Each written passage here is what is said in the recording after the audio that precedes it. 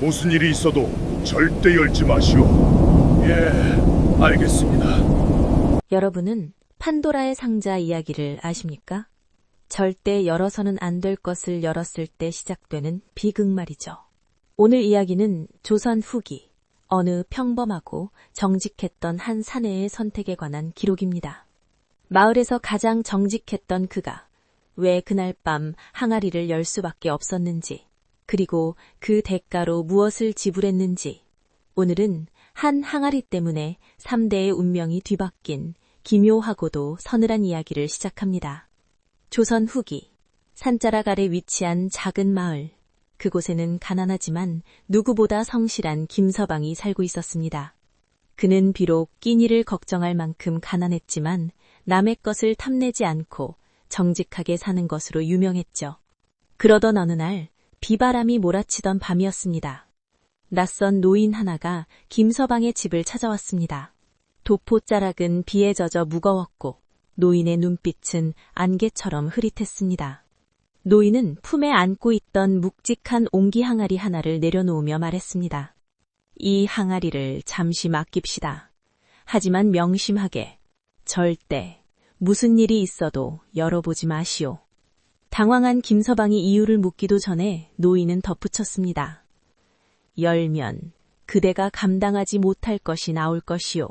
그 말을 남긴 채 노인은 빗석으로 연기처럼 사라졌습니다. 김서방의 집 부엌 구석에는 그렇게 정체 모를 항아리 하나가 남겨졌습니다. 처음에는 아무 일도 없었습니다. 김서방은 노인과의 약속을 지키기 위해 항아리에 눈길조차 주지 않았죠. 그런데 며칠 뒤부터 집안에 이상한 일이 벌어지기 시작합니다. 마치 누군가 뒤를 봐주는 것처럼 형편이 마법처럼 좋아지는 겁니다. 쌀독이 비어갈 때면 어디선가 일감이 들어와 돈이 생겼고, 알아누웠던 어린 아들은 하루아침에 기운을 차렸습니다. 마을 사람들은 수근거리기 시작했습니다. 저 집 분명 뭔가 있어. 밤마다 도깨비라도 돕는 게 분명해. 아내 역시 김서방에게 조심스럽게 물었습니다. 여보, 혹시 그 항아리 때문 아닐까요? 아내의 금보화라도 든 게 아닐까요? 하지만 김서방은 단호했습니다. 열지 않기로 약속했소. 정직함이 내 유일한 재산인데 사람 도리를 저버릴 순 없지. 하지만 그날 밤부터였습니다. 모두가 잠든 고요한 시간, 부엌 구석에서 귀개한 소리가 들렸습니다. 사각, 사각. 무언가 날카로운 발톱으로 옹기벽을 긁어대는 듯한 소임.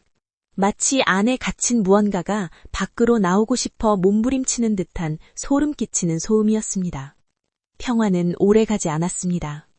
기적처럼 나았던 아들의 병이 다시 도진 것입니다. 아이는 숨을 헐떡이며 얼굴이 창백해졌고 의완조차 오늘 밤을 넘기기 힘들 것 같다며 고개를 저었습니다. 절규하는 아내, 그리고 가쁜 숨을 몰아쉬는 아들. 김서방은 떨리는 걸음으로 부엌으로 향했습니다. 그의 눈앞에는 검게 빛나는 항아리가 있었습니다. 노인의 경고가 귓가를 맴돌았습니다. 감당하지 못할 것이 나올 것이요.